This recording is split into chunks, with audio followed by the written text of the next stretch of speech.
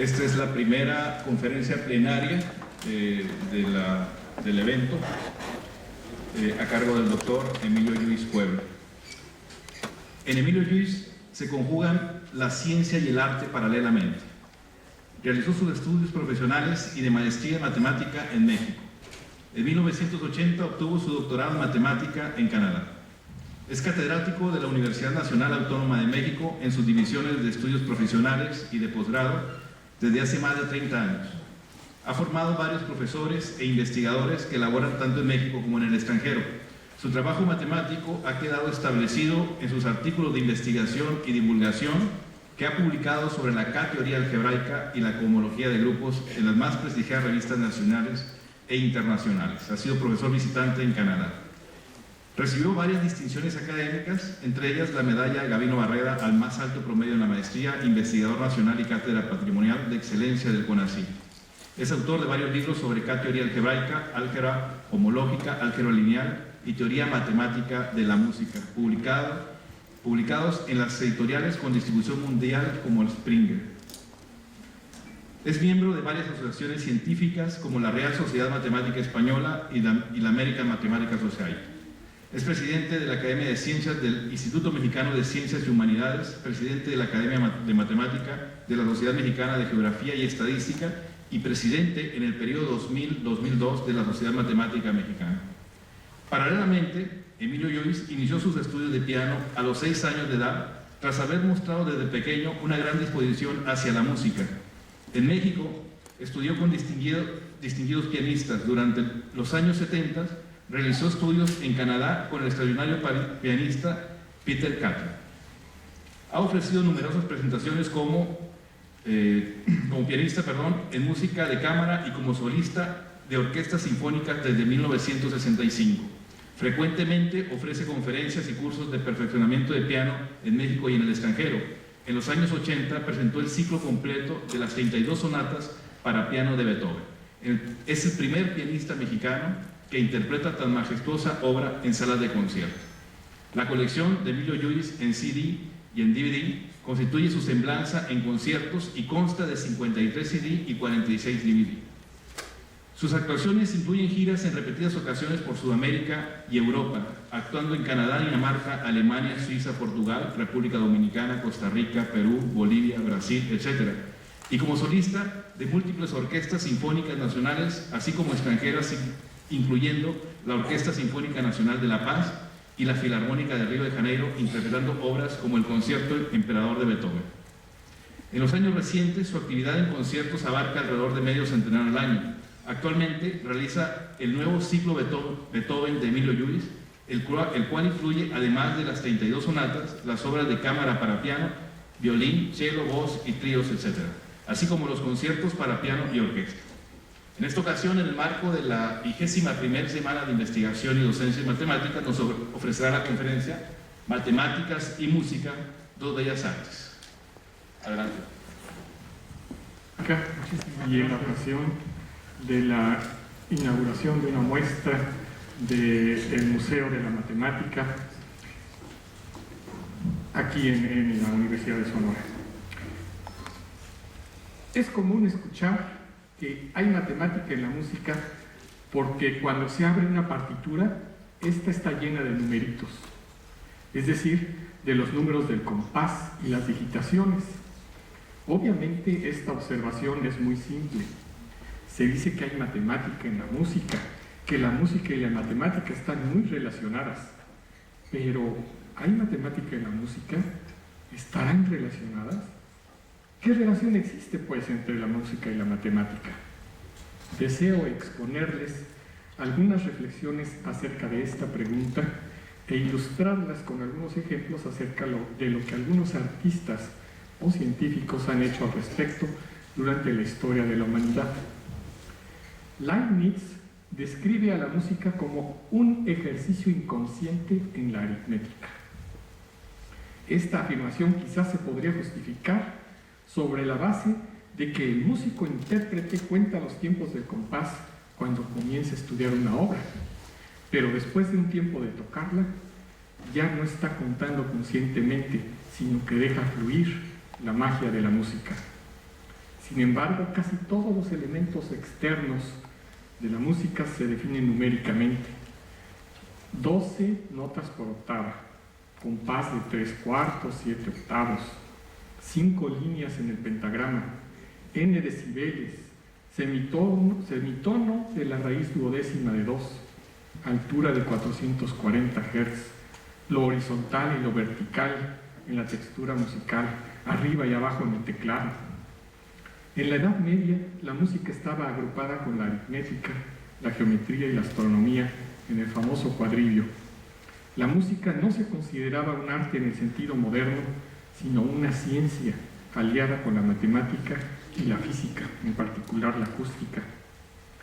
Es prácticamente desconocida la aplicación de algunos conceptos matemáticos a otros aspectos de la música, como son el análisis, los aspectos estéticos, la composición y la teoría matemática de la música. A continuación veamos cómo algunos matemáticos y músicos han aplicado conceptos matemáticos en la música. Mozart, este señor que están viendo ustedes aquí, a los escasos 21 años de edad escribió un juego de dados musical, Kegel 294, inciso C, para escribir valses con la ayuda de 2 dados, sin ser músico ni saber nada de composición. Escribió 176 compases. Un compás es una unidad como esta que está aquí, es el 1, es el 2, el 3, el 4. Están numerados los compases, aquí llega al 40. Los voy a mostrar todos. Algunos tienen asterisco verde y otros azul y o rojo, y esos son iguales, el mismo compás. Ahí están 176 compases adecuadamente, y los puso en 2 tablas de 88 elementos, cada una. El juego, un juego de dados, comienza lanzando 2 dados, de tal manera que tenemos 11 números posibles, del 2 al 12, y hacemos 8 tiradas. Por ejemplo, si en la primera tirada me sale 3, pues pongo el compás 32. Si en la segunda tirada me sale el 8, pongo el compás 60.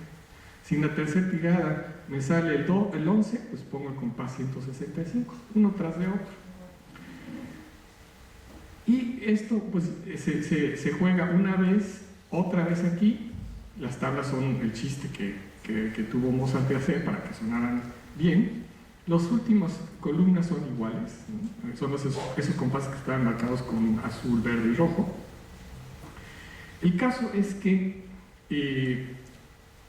si mediante un simple cálculo, utilizando conceptos del álgebra superior, nos preguntamos cuántos bases posibles tenemos, bueno, pues vamos a tener 11 a la 14 bases diferentes, que traducidos, bueno, cada uno dura más o menos 30 segundos con la repetición de la primera parte, yo ya lo probé en el teclado, de manera que traducidos a días sería esta cantidad que no puedo decir, y en años serían más de 361 millones de años de un estreno mundial de una obra de Mozart cada 30 segundos por esa cantidad de años. Es impresionante que tenemos muy poca idea de estos números grandes como 11 a la 14. Es decir, nada más para que situemos esto, recuérdense que la antigua edad de piedra comenzó hace unos 35.000 años. Mozart era un aficionado a la matemática y su enorme talento se mostró una vez más. Con este jueguito tan sencillo, 176 compases, dejó la imposibilidad de que intérprete alguno pudiera tocar su obra completa o de que alguna compañía de discos la grabara. Él era aficionado a la numerología, de hecho algunas de sus obras llevan números en los personajes, era masón de los antiguos, ¿no? Y hacía unas cosas complicadísimas con los personajes. El león era el 56 y el tigre era el no sé qué, combinado con tal le daba otro, ¿no? Aún más nos muestra esto que existen y existieron compositores que creen que ya todo está agotado con la armonía tradicional y que por lo tanto hay que buscar un nuevo estilo de música. Mozart, pues acuérdense, solamente utilizó 176 compases. Aún en estos días, con computadoras y combinatoria, no se podría manejar una pequeña porción de motivos musicales puesto que la cantidad de clases de isomorfismo es exorbitante. Por ejemplo, la fórmula de Friepertinger. Friepertinger es un matemático austriaco, flautista y un experto en calcular cosas con fórmulas de teoría de grupos para contar. Él da el número de órbitas afines de 72 elementos motívicos de Z12 cruz Z12, que es del orden de 10 a la 36. El número de estrellas, según me cuentan mis amigos astrónomos, en una galaxia está determinado, estimado en 10 a la 11. De manera que el universo musical pues es un serio competidor contra el universo físico. También el uso de métodos estadísticos es requerido para atender la enorme variedad de casos. Ni siquiera las computadoras de la próxima generación podrían manejar todos los casos. En 1924, George David Birkhoff, que nació en 1884 y murió en 1944, quien trabajó brillantemente en el problema de los tres cuerpos, en ecuaciones diferenciales, en la teoría general de relatividad, entre otras áreas, y miembro honorario de nuestra Sociedad Matemática Mexicana y contribuyente al desarrollo cultural de nuestro país, él retomó unas ideas que había tenido años atrás, pero que no había desarrollado por dedicarse exclusivamente a estudios puramente matemáticos. Pensó que la melodía dependía del orden de las notas escuchadas por el oído. Le pareció que podía establecerse una relación de orden guardadas por las notas y así poder escoger las mejores melodías. Para él, el problema fundamental de la estética era el de determinar para una clase de objetos las características específicas de las cuales depende el valor estético. Birkhoff considera que hay tres fases consecutivas para la experiencia estética. La primera es un esfuerzo preliminar de atención, el cual es necesario para percibir el objeto y que es proporcional a la complejidad, que le llamamos C. Segundo, una sensación placentera o medida estética, M, la cual recompensa este esfuerzo preliminar. Y tercero, una certificación de que el objeto posee una armonía, simetría u orden O, el cual parece una condición necesaria, si no es que suficiente, para la experiencia estética. Así, Birkhoff propone la fórmula M igual a O entre C, la cual expresa la medida estética como el efecto de la densidad de las relaciones de orden comparadas con la complejidad. Él mismo inquiere lo atrevido de esta fórmula y proporciona algunas justificaciones históricas que vamos a ver. La estética, dice Birkhoff, trata del placer estético y con los objetos que lo producen. Así es que tenemos clases de objetos los cuales pueden ser comparados con respecto a su valor estético. Los de clases diferentes no pueden ser comparados, obviamente. Luego, dice Birkhoff, el problema fundamental de la estética analítica, así le llamó, es el de determinar los factores estéticos y su importancia relativa.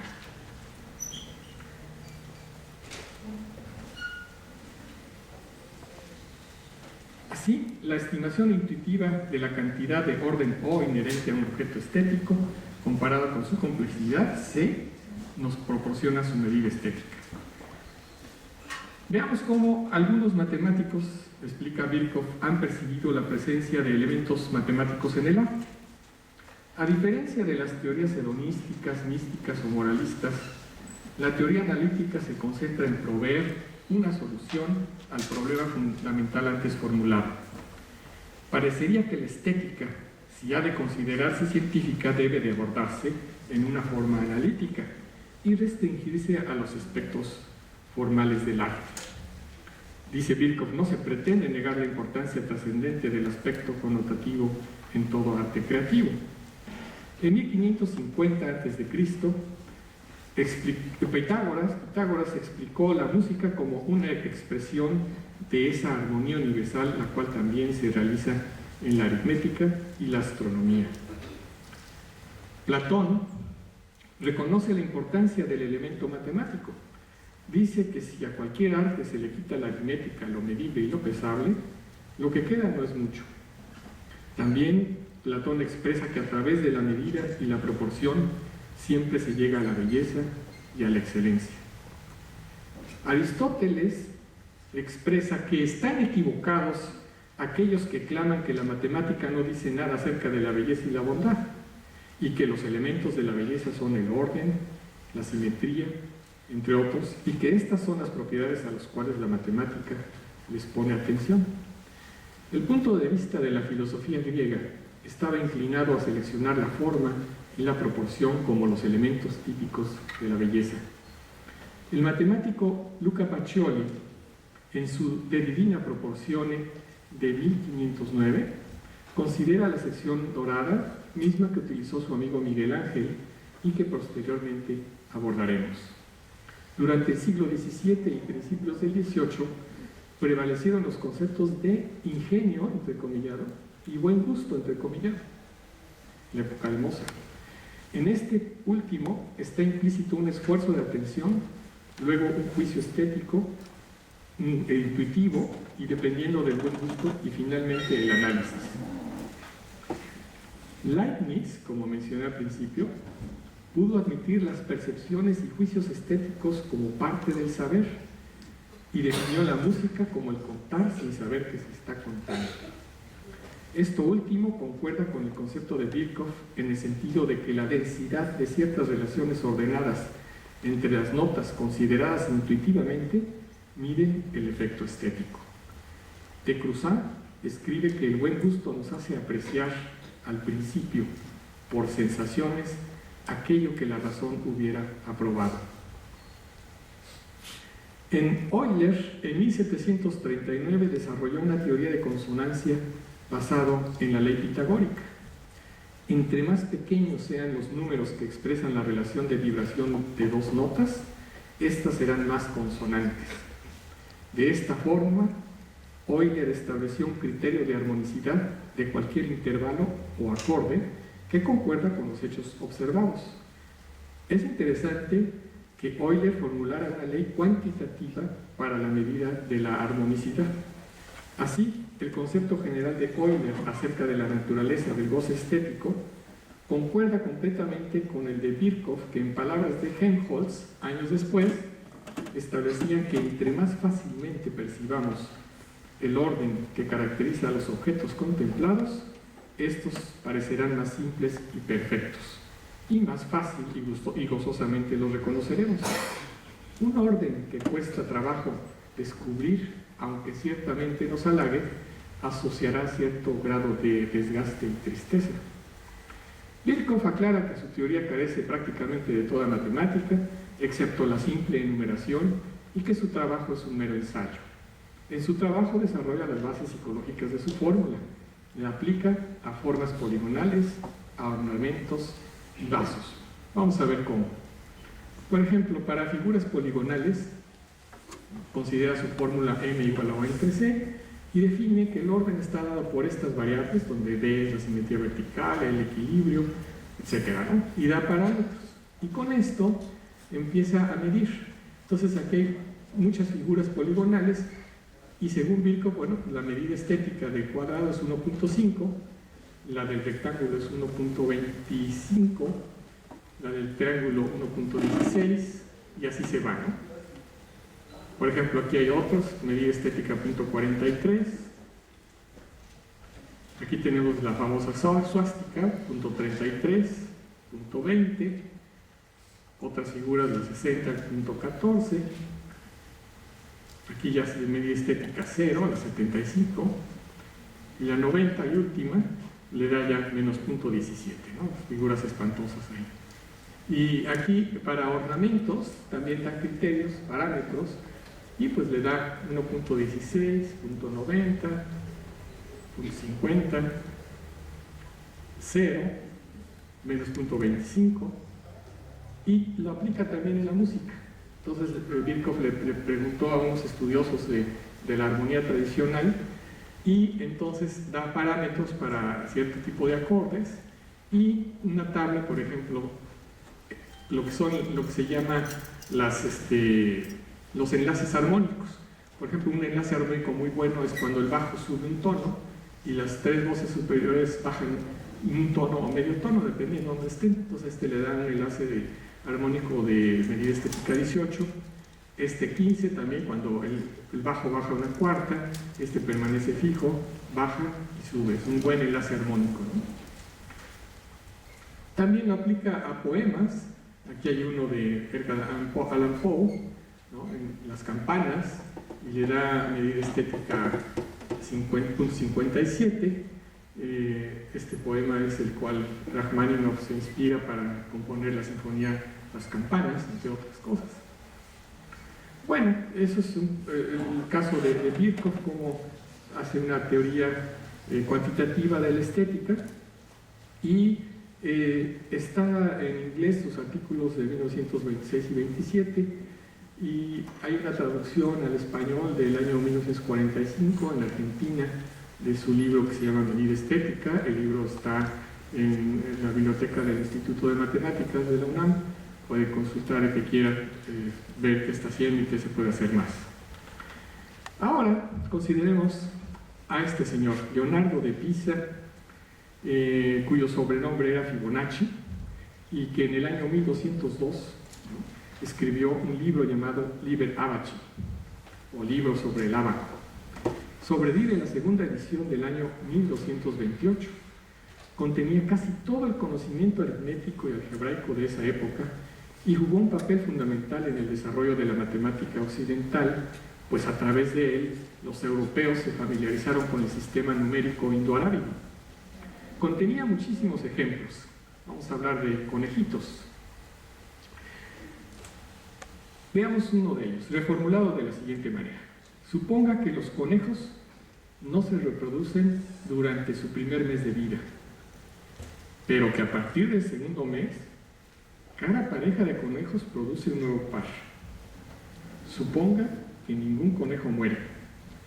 Si comenzamos con un par de conejos, la pregunta es, ¿cuántas parejas de conejos hay a los 12 meses y en general a los n meses? La sucesión de parejas adultas es de la forma 1, 1, 2, 3, 5, 8, etc. Es decir, una sucesión dada por la fórmula U1 igual a U2 igual a 1, y el término siguiente es la suma de los dos anteriores. Por ejemplo, 8, la suma de 5 más 3, 21, la suma de 13 más 8. Y así cada término nuevo es la suma de los dos anteriores. Esta sucesión se llama sucesión de Fibonacci y sus términos se llaman números de Fibonacci. Si consideramos el cociente Bn igual a el cociente de dos números un más 1 entre un,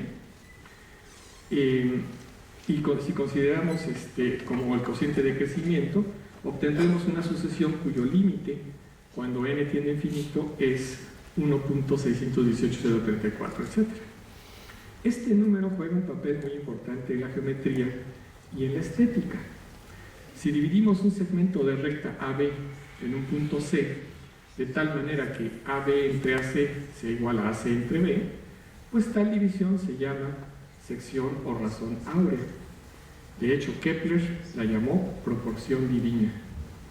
Si hacemos que AB mida 1, entonces, y hacemos que AC sea X, pues entonces obtenemos esa ecuación y nos queda que X es 0.618.034. Lo que me interesa es que lo siguiente: la parte mayor de cualquier longitud dividida en razón áurea es igual a la longitud total multiplicada por 0.618.034. Béla Bartók, que nació en 1881 y murió en 1945, alrededor del año 1915, por ahí, desarrolló un método para integrar todos los elementos de la música: escalas, estructuras de acordes con motivos melódicos apropiados, proporciones de longitud, tanto de la obra en general como los de la exposición. Todo esto basado en la razón áurea. Es sorprendente que Bartók nunca escribiera o platicara esto durante su vida. Ya los caldeos habían propuesto utilizar la razón áurea como principio estético 3000 años antes de Cristo. Los griegos la utilizaron 2000 años después y fue reutilizada en el Renacimiento, pero nunca en la música. Solamente se conoce un movimiento de un cuarteto de Haydn compuesto con longitud acorde a la sección áurea, pero esta es más una composición aislada que un principio o método de composición. Para mis amigos músicos, pues consideren el círculo de tonalidades vecinas este. Por cierto, voy a necesitar a alguien que sepa leer música. ¿Quién hace la manita? Nadie. ¿Me van a dejar solo? Porque voy a tocar una pieza de Bartók y voy a necesitar que alguien me señale dónde voy, para que puedan ustedes ver cómo utiliza Bartók los números de Fibonacci. Bueno, si no, luego les digo cómo, si no hay una mano angelical que diga yo. Bueno, entonces, para mis amigos matemáticos que no sepan el círculo de tonalidades vecinas, pues es muy sencillo. Hagan una correspondencia unívoca entre las notas do sostenido, re sostenido, que son las del teclado del piano, con los números 0, 1, 2 hasta el 11. Y luego consideren el grupo cíclico de 12 elementos generado por el 7. Entonces lo que obtienen es el círculo de tonalidades vecinas de los músicos. Lo que hace Bartók es esto. Dice, la tónica, que es, por ejemplo, si tomamos el do, traza un eje cartesiano. Y dice, para mí toda la tónica es lo que esté en este eje cartesiano rojo. Todo lo que es el quinto grado dominante es el eje cartesiano verde. Y todo lo que es la subdominante pues es el eje cartesiano azul. Y juega en ese sentido con la tonalidad.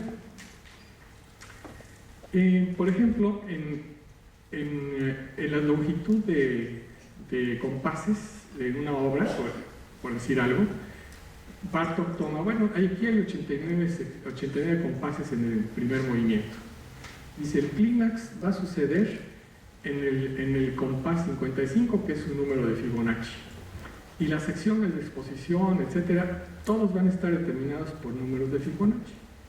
Y va a decir, bueno, el clímax va a ser en fortísimo, comienza en 2P y termina en triple P, o sea, pianísimo, ¿no? Y así planea un poco, no toda su obra está hecha así, ¿eh? Entonces, hay una pieza que les traje para el día de hoy que se llama Allegro Bárbaro.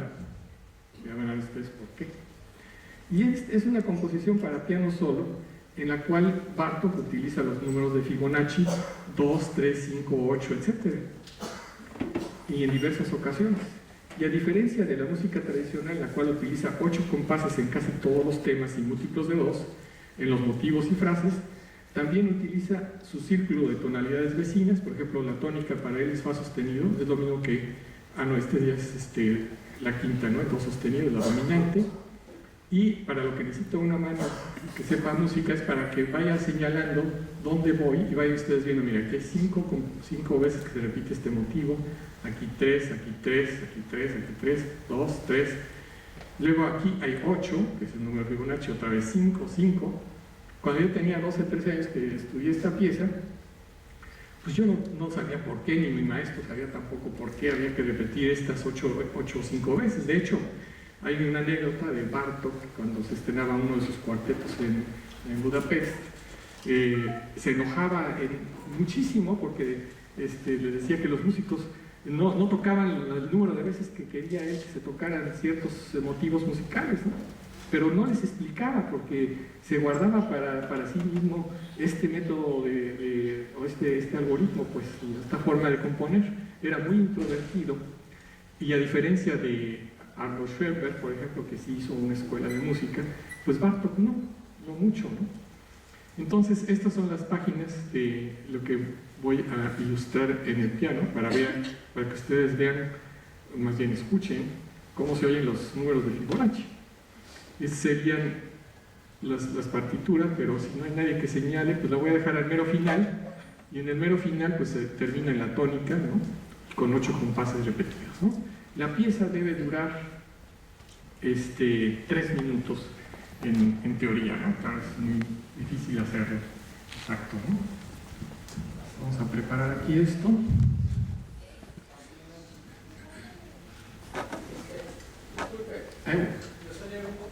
Ándale, pues oralmente.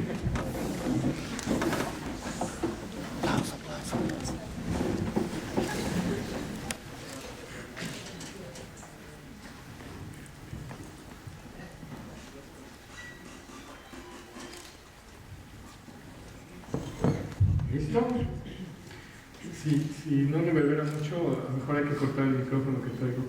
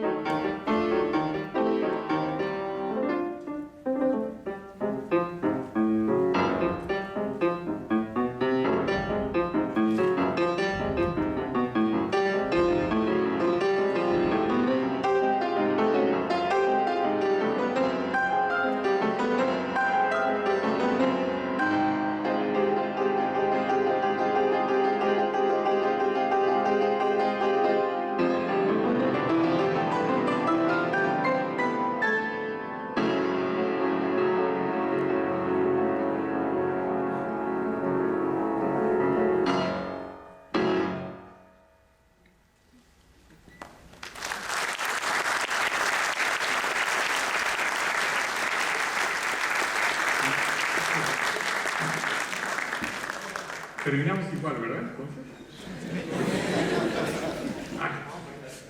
¿Te perdiste? Al principio perdí. Qué caray.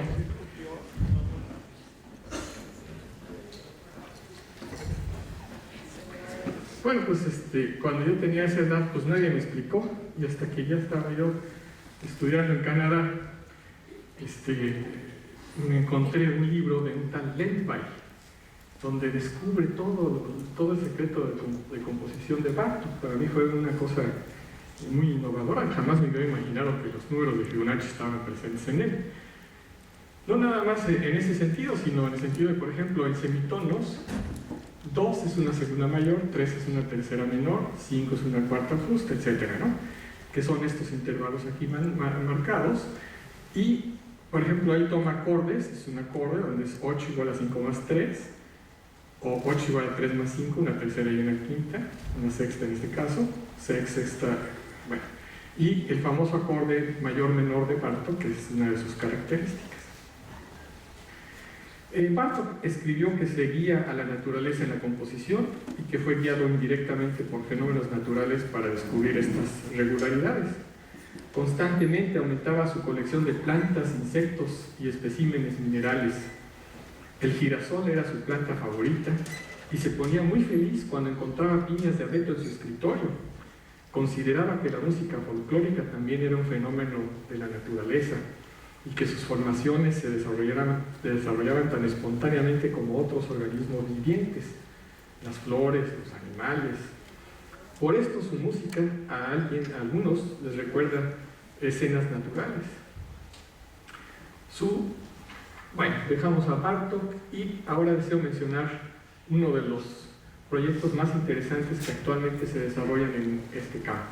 Me refiero a la teoría matemática de la música de Guerino Mazzola. Guerino Mazzola es un matemático suizo de ascendencia italiana. Hizo su doctorado en geometría algebraica con Peter Gabriel y que fue un discípulo de Alexander Grothendieck. Y la idea es la siguiente: ustedes agarran dos musicólogos y le preguntan, que no sepan matemática, le preguntan qué es una escala, qué es un acorde, qué es tal estructura musical, no están de acuerdo. Cada quien tiene su propia definición o creencia de lo que es el concepto. Entonces, uno de los objetivos de la teoría matemática de la música es el de desarrollar un marco científico para la musicología. Esta teoría matemática de la música está basada en la teoría de módulos y categorías, en la topología algebraica y combinatoria, en la geometría algebraica, en teoría de representaciones, etc. Esto es, en matemática, pues, de alto nivel. Y su propósito es el de describir las estructuras musicales, ¿no? Él considera que hay tres paradigmas comunes en la matemática y en la musicología. La primera es las estructuras globales, la segunda las simetrías y la tercera la filosofía de Jonera. Vamos a ver, la primera quiere decir en palabras que las estructuras localmente triviales se pueden juntar en configuraciones estéticas válidas si éstas se pegan de una manera no trivial, un poco así como en geometría, en topología diferencial, los mapas, ¿no?, las cartas, etc., ¿no? La segunda es las simetrías y los fractales, son utilizados en la composición, aparecen también en la naturaleza y en la matemática juegan un papel crucial, como también en la física. Y la tercera, que es la que más quiero hacer énfasis hoy, es la filosofía de Jonera. Jonera es un matemático, y para los que saben álgebra homológica, pues está el famoso lema de Jonera, que en palabras dice que para comprender un objeto dé vueltas alrededor de él. Esto quiere decir entendimiento mediante el cambio de perspectivas. En el lema de Jonera dice que un objeto matemático puede clasificarse salvo isomorfismo por su funtor. En palabras así, para que todo el mundo lo entienda, músicos, por ejemplo, que no saben matemática, es, si usted quiere saber qué es un volcán, ese montón de tierra, pues dé vueltas alrededor de él, obsérvelo de distintas perspectivas. Y ese montón de tierra, junto con todas las perspectivas que ustedes tengan de ese volcán, pues es lo que constituye el volcán. De una manera análoga, la partitura, como la que está ahí, del Allegro Bárbaro, pues ¿qué es esa música? Pues es ese montón de bolitas negras plasmadas en el papel, junto con todas las posibles interpretaciones de esas bolitas negras. ¿Se dan cuenta? Eso es muy interesante. Quiero comentarles que a mí me sucedió algo muy interesante. Cuando yo era estudiante en los años 70, pues los conceptos que estudiaba yo, la álgebra homológica, de teoría de homotopía, de todos estos, pues eran considerados matemática purísima. Entonces, se puede hablar de matemática pura y aplicada, pero bueno, supongamos que se puede, toda es la matemática, es una sola, ¿no? Pues si lo vemos como mucha gente lo ve. En aquel entonces, pues todo lo que es el álgebra homológica o la geometría algebraica, eso pues, era purísima, ¿verdad? Nadie encontraba una aplicación fuera de la matemática misma. Y 30 y tantos años después, me encuentro que esas cosas que yo estudié abstractas en esa época, ahora son matemática aplicada, y aplicada a otra de mis pasiones, que es la música, ¿no? A mí me dejó pero impresionada como una cosa que 30 años antes no tenía nada que ver, ahora que tuvimos el cuarto seminario internacional de teoría de la matemática, lo hicimos en Huatulco en noviembre pasado, pues me sorprendió encontrar aplicaciones de teoría de homotopía en el movimiento de las manos de un pianista o en una bailarina, ¿verdad? Los lazos ahí, el grupo fundamental está siendo utilizado para decir cosas acerca de lo que es el movimiento en la teoría de la interpretación. Entonces, pues quiero mencionarles que este libro, que se llama The Topos of Music, el Topos de la Música, fue publicado en el año 2002, ¿no? Y antes de que se me olvide, el primer seminario que hubo internacional de teoría matemática de la música lo hicimos nosotros en México. Se hizo en Saltillo y en la Ciudad de México durante el Congreso de la Sociedad Matemática en Saltillo en el año 2000 y luego en la Ciudad de México, ¿no? Ya va el cuarto que hicimos en el año pasado. Y este libro, The Topos of Music, tiene un doble sentido. El topos como lugar, el lugar de la música, o topos como una categoría con ciertas condiciones que la hacen ser buena, ¿verdad? Y es la teoría de topos metida dentro para definir las estructuras musicales. Tanto mi alumna Mariana Montiel como yo tenemos el privilegio de haber sido colaboradores de este libro publicado por la editorial Big Heuser. Este libro lo publicamos con todo lo que se sabía en los primeros 3 seminarios internacionales de teoría matemática de la música, y es de acceso libre, basta que entren ustedes a Epos Music o a mi página personal y hay una liga donde pueden consultar lo que se ha hecho al respecto. Y este libro lo publicamos a finales del año 2009.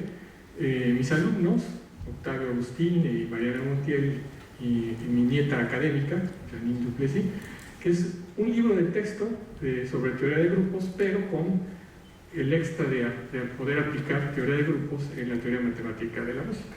Para los que no saben de teoría de grupos, pues es el estudio de las simetrías y de las transformaciones, ¿no? Están muy relacionadas con el arte y en la música en particular. Bueno, ¿qué hemos hecho hasta ahorita? Bueno, pues hemos considerado la aplicación de conceptos matemáticos a el entretenimiento con un juego de dados, con Mozart, a la estética con los estudios de la estética analítica de Birkhoff, a la composición musical con estas fórmulas, con las soluciones de Fibonacci y de Bartók, a la creación de un lenguaje preciso para la musicología, entre otros, con la teoría matemática de la música, y bueno, pues desde luego la acústica utiliza matemática para decir algo al respecto. Este señor que está aquí, que vamos a ir viendo envejecer en unos momentos, Henri Poincaré, decía que algunos piensan que la matemática es un juego simple que sola y fríamente interesa al intelecto. Y dice Poincaré, pues esto sería olvidar la sensación de belleza matemática, de la armonía de los números y de las formas, así como de la elegancia geométrica. Poincaré, a finales del siglo XIX, principios del siglo XX, en 1905, publica un famosísimo artículo llamado Análisis Ictus, que es de la creación de la topología, que es una manera de decir, algunos dicen, entre ellos Astilla, que si de alguna manera se clasifica el siglo XX sería como el siglo de la topología. Y este señor pues es el creador prácticamente al principio, ¿no? Entonces esto dice Birkhoff, Poincaré, que esta es ciertamente una sensación de placer estético que todo verdadero matemático ha sentido, y por supuesto que pertenece al campo de la emoción sensible. La belleza y la elegancia matemática consiste de todos los elementos dispuestos armónicamente, tales que nuestra mente pueda abarcarlos totalmente sin esfuerzo y a la vez mantener sus detalles. Esta armonía, continúa Poincaré, es de inmediato una satisfacción de nuestras necesidades estéticas y una ayuda para la mente que sostiene y guía. Y al mismo tiempo, al poner bajo nuestra visión un todo bien ordenado, nos hace entrever una ley o verdad matemática. Esta es la sensibilidad estética que juega un papel de filtro delicado, lo cual explica suficientemente el por qué el que carece de ella nunca será un verdadero creador, concluye Poincaré.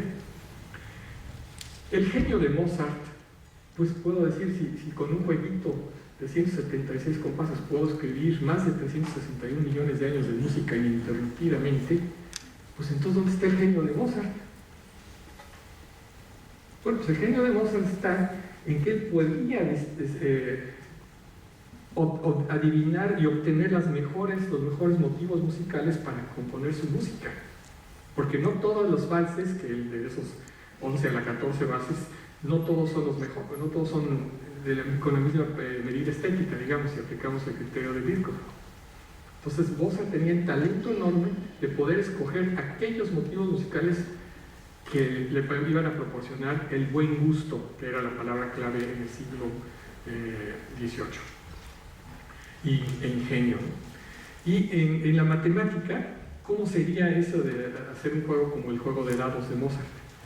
Pues es como si agarraran toda una licuadora y echaran todas las letras ahí, una sopa de letras, ¿no? Le prenden, ¿verdad? Y lo que saliera fuera algo matemáticamente útil o interesante, ¿verdad? Bueno, algunos dicen que cuando se hace eso lo que sale es la categoría algebraica. Entonces, pero, en fin, el caso es que el trabajo, digamos, del inventor, ¿no? Consiste en escoger solamente las combinaciones útiles y las reglas, y que el procedimiento que conduce a esta elección es extremadamente fino y delicado. Es casi imposible, dice Poincaré, el establecer estas reglas o procedimientos. Es cosa de sentirlas más bien que de formularlas. Bajo estas condiciones, pues es lo que les acabo de decir, imagínense la licuadora sacando teoremas, ¿no?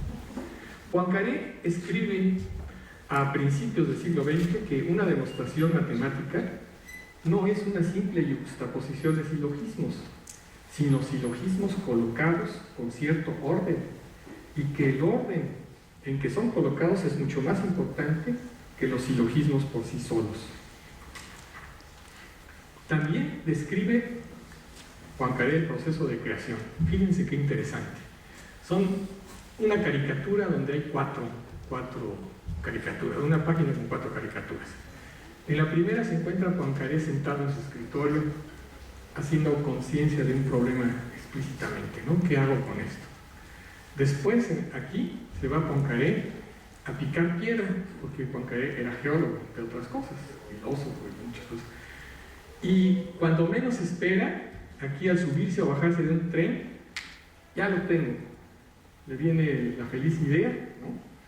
Y finalmente se regresa a Poincaré y escribe esa chispa que se le ocurrió de cómo resolver el problema que conscientemente había estado aquí trabajando. Hagan un símil con la música. Imagínense a Beethoven sentado en su piano diciendo ¿qué hago con 2 notas? ¿No? Sol y mi bemol, ¿no? Luego Beethoven se va a caminar en los bosques de Viena con las manos atrás, ¿no? Y cuando menos se lo espera dice, estoy haciendo una cosa muy trivial. De repente aquí dice, ya sé qué hacer con 2 notas. La primera la repito 3 veces y la segunda una vez, ¿no? Y entonces le quedó así. Es el motivo o el tema de la Quinta Sinfonía. ¿Y dónde está el arte? El dado un tema, ¿qué hacer con el tema? Entonces, Beethoven tiene ese ingenio enorme. Beethoven era un matemático intuitivo fenomenal, de jugar con la armonía. El tema es lo menos interesante, 3 notas repetidas, la misma, y luego la siguiente, una tercera abajo, ¿no? Tercera menor. Pero ¿qué hacer con el tema? Eso es lo importante, y eso es el arte, o una bella arte. Si no hago nada con eso, es como tener nada más el axioma de conmutatividad, A más B igual a B más A, no importa en qué conjunto esté, pues no tiene sentido. Entonces la música que tiene un valor artístico hace algo con eso. Entonces Beethoven ya sabe qué hacer y finalmente se regresa a su piano y pone a trabajar en eso. Este diagrama pues, es de finales del siglo XIX, principios del XX, ¿no? Donde pues, no se sabía muchísimo acerca de cómo funciona nuestro cerebro, pero es cómo funciona realmente nuestro cerebro. Cuando nosotros como matemáticos estamos trabajando en un problema y no sabemos qué, de repente lo deja uno reposar y quizás al día siguiente al despertarse, cuando va uno caminando y menos lo espera uno, dice, pues ya sé cómo se hace, si es obvio. pero pues, no necesariamente. Bueno, el caso es que es una manera de ver cómo funciona nuestro cerebro, ¿no? Y que la matemática y la música, pues, se crean de una manera similar. Digo, hay toda una polémica que si se descubre, que si se inventa, pero yo no he visto a nadie que levante una piedra y encuentre un teorema abajo. Ni una sinfonía, ¿verdad? Bueno, encontré la quinta sinfonía abajo de la piedra. No se descubre, ¿no? En fin, es interesante esto. Mucha matemática se crea por simple curiosidad, pero esta simple curiosidad solo la poseen los grandes matemáticos, dice Juan Carén. Uno de los problemas más difíciles para un matemático principiante o no tan principiante es la de encontrar un problema. A menudo sucede que casi toda la emoción de la creación y penetración está concentrada en formular la pregunta adecuada. Podría decirse que esto es más de la mitad del trabajo y a menudo la que requiere de inspiración. Esta es una gran diferencia con la investigación en otras áreas del conocimiento. Y es precisamente por esto que la investigación matemática es extremadamente difícil. La respuesta puede ser también difícil, puede requerir mucho ingenio, puede utilizar técnicas conocidas y en el mejor de los casos requiere de la invención de nuevas técnicas. El matemático no procede como un detective para encontrar la solución de su problema. No es una computadora de deducciones, sino que procede mediante experimentación, que no utiliza tubos de ensayo o equipos costosos, bueno, el cerebro sí, mediante la inducción y, si hay suerte, pues inspiración. El arte y la ciencia son una actividad exclusivamente humana.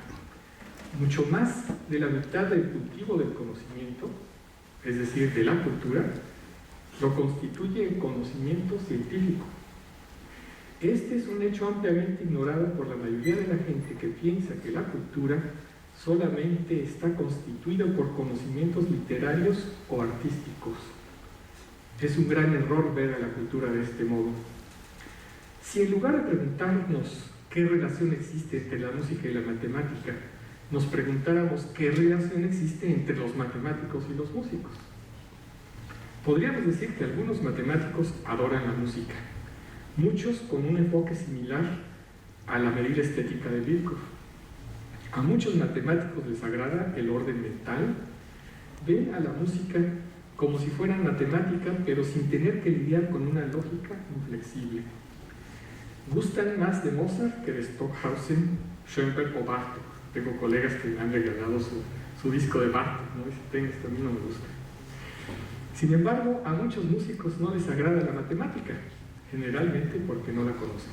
Pero hay otros músicos a quienes sí les agrada la matemática, por ejemplo, Mozart, Bartók y Manuel M. Ponce, entre otros. Si nos preguntamos más que cómo se relacionan, en qué se parecen los músicos de los matemáticos, podría decir que para los que ven a la ciencia y el arte como una actividad olímpica, en donde se trata de ser altamente competitivos, productivos y pertenecer a las grandes ligas comerciales, pues la matemática y la música se utilizan como un medio y no como un fin. Así, algunos pianistas o músicos se empeñan en tocar el mayor número de notas en el menor tiempo posible. Y ya se imaginarán ustedes el equivalente entre los matemáticos. El ser humano es producto de un proceso evolutivo que comenzó hace unos 4.000 millones de años. Hace menos de 10 millones de años aparecieron los primeros seres que se parecían al ser humano, y hace apenas unos cuantos millones de años que emergieron los primeros seres humanos. Pero apenas ayer, hace unos 2.000 años, que tenemos cultura. Las grandes obras musicales fueron compuestas tan solo hace 350 años. También, exceptuando la geometría de Euclides, casi toda la matemática data también de hace 350 años. Nuestro quehacer cultural es relativamente nuevo y reciente. Podemos perderlo con mucha facilidad. Siempre que una sociedad se encuentra en crisis, lo más vulnerable y lo primero en desaparecer es el arte y la ciencia. Parece que la sociedad humana no quiere darse cuenta de lo delicado y fino que es la creación artística y científica. Esta creatividad es precisamente la que distingue al ser humano de otros animalitos, y que al acabar con sus artistas y científicos, o no tenerlos, es acabar con la cultura y con la civilización. Recuperarlos es demasiado difícil y el precio es inconmensurable. Es lo mismo que la destrucción de la biblioteca de Alejandría por los bárbaros. Un pueblo que no puede cultivar el conocimiento está destinado a quemar sus bibliotecas y sus museos. Un pueblo que no conoce la historia, que no conoce los grandes errores que se han cometido, pues está destinado a volverlos a cometer. Y así sucede, por desgracia. En Alejandría estaban las bases del mundo actual. ¿Por qué su destrucción? ¿Por qué Occidente estuvo sumido en un oscurantismo hasta que Colón y Copérnico redescubrieron la obra hecha en Alejandría? No existe una respuesta sencilla. ¿Qué sucedió en aquel entonces? La ciencia y la cultura estaban reservadas para unos cuantos privilegiados. La mayoría de la gente de la ciudad no tenía la menor idea de los grandes descubrimientos que tenían lugar dentro de la biblioteca. Acuérdense ustedes que esa biblioteca fue la primera gran universidad del planeta. Los nuevos descubrimientos no fueron explicados ni popularizados. La investigación les benefició poco. La ciencia nunca fascinó la imaginación de esa multitud y no hubo contrapeso al estancamiento y al pesimismo, a la entrega más abyecta al misticismo. Cuando al final de todo la chusma se presentó para quemar la biblioteca, no había nadie capaz de detenerla.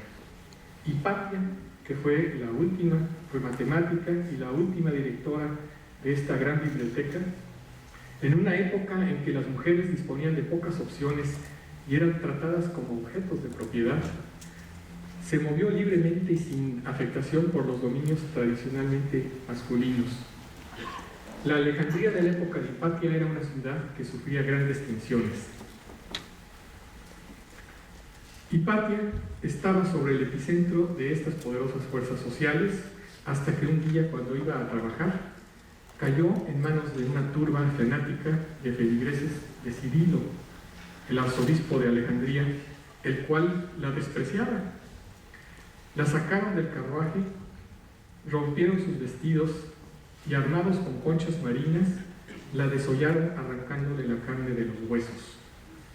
Sus restos fueron quemados, sus obras destruidas y su nombre olvidado. Cirilo fue proclamado santo. Recordemos que la ciencia y el arte son actividades esencialmente humanas. La matemática es una de las bellas artes que posee el don de ser al mismo tiempo la más elaborada y sofisticada de todas las ciencias. Esta es una frase muy difícil de comprender para la mayoría de las personas. Sin embargo, la ciencia es una manera eficaz y elegante de comprender el universo. La ciencia se autocorrige. Es esencial para nuestra simple supervivencia que comprendamos la ciencia. Para quien la comprende, la ciencia es un placer. Hemos evolucionado de tal modo que el hecho de comprender nos proporciona placer, porque el que comprende tiene mayores posibilidades de sobrevivir. La matemática, a diferencia de la música, quizá no es para espectadores. Es un lenguaje que o bien se habla o bien no se entiende nada. No hay grandes estadios de matemáticas para un gran público. Entonces, bueno, preguntar, ¿qué relación existe entre la matemática y la música? Sir James Joseph Sylvester, que nació en 1814 y murió en 1897, un personaje interesantísimo, si pueden leer su biografía, no se van a arrepentir. Escribe en 1864, lo voy a leer en inglés porque tiene un sentido particular, luego lo traduzco al español, se pierde algo. Dice: "May not music be described as the mathematics of sense, mathematics as music of the reason, the soul of each the same?" En español sería: ¿acaso no puede describirse la música como la matemática de lo sensible y la matemática como la música del entendimiento? El alma de cada una de ellas la misma. Ambas se crean, se recrean, podemos apreciarlas y disfrutarlas. Una ventaja o desventaja, según se quiera ver, es que para la matemática no existe un instrumento musical donde tocarla. Esa se queda a nivel de parte. Podría decir que va directamente de pensamiento a pensamiento. Lo que mencionamos de la Biblioteca de Alejandría es un símil y quiere decir que la divulgación de la matemática, de la ciencia en general, es fundamental para la existencia del ser humano. Por eso la importancia de tener un museo de la matemática, que es el primero y único en el mundo, es un privilegio que ahora tendremos aquí en esta bella ciudad de Hermosillo. Para concluir, déjenme decirles que la relación más importante entre la matemática y la música es, ambas son bellas artes. Cualquier característica que ustedes quieran de la música la cumple la matemática, excepto que se queda a nivel de partitura. No hay un piano donde sonarla. O sí hay, pero no es una matemática con toda la lógica inflexible, ¿no? Poseen características similares. Están relacionadas en el sentido de que la matemática provee una base científica para comprender la música y la musicología, y para que esta última, la musicología, pueda considerarse una ciencia y no una rama de la literatura poética común y corriente. Para mí, la matemática es una de las bellas artes, la más pura de ellas, que tiene el don de ser, la más precisa y la precisión de las ciencias. Muchas gracias por su atención.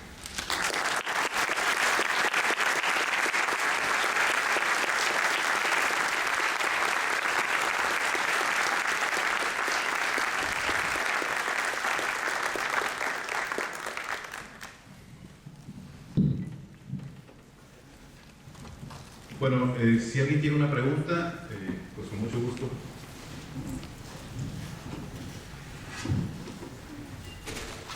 Rupert. Gracias. Así como se habla de la estrecha relación entre matemática y música, no sé si hay alguna correlación también entre matemática, pintura o pintura-música, al estudio de ese tipo, si tiene alguna referencia o información. Pues no me he metido ya a estudiar eso, pero bueno, sabemos que los pintores utilizan desde rectángulos áureos para sus pinturas, ¿no? Por ejemplo, en ese sentido sé que hay varias cosas, ¿no? Pero así no se me ocurre nada que pueda decirle al respecto. ¿Usted se considera un matemático que sabe música o un músico que aprendió matemáticas? Las dos cosas. Soy un matemático que sabe música y un músico que sabe matemática y las dos cosas, ¿no? Y se fueron conjuntando, porque yo desde niño, a los 6 años, empecé a trabajar en la música conjuntamente con la primaria, secundaria, prepa y la carrera, el doctorado y todo, y hasta la fecha, ¿verdad? Paralelas. Y de repente se encuentran, ¿no? La matemática, que era algo que aparentemente no tenía nada que ver, de repente se encuentra en la teoría matemática de la música. Jamás sospeché todo eso. Es un privilegio para mí poder entender eso, ¿no? Primero fue músico. Pues primero, digamos, no sé, porque cuando empiezan los niños a estudiar aritmética es en primer año de primaria, ¿no? O en kinder, en escolar. Y yo aprendí a leer las notas antes que las letras, eso sí. Pero, pues, paralelas, ¿no? Es exactamente igual. ¿Alguna otra pregunta? Pues vámonos a la inauguración del museo.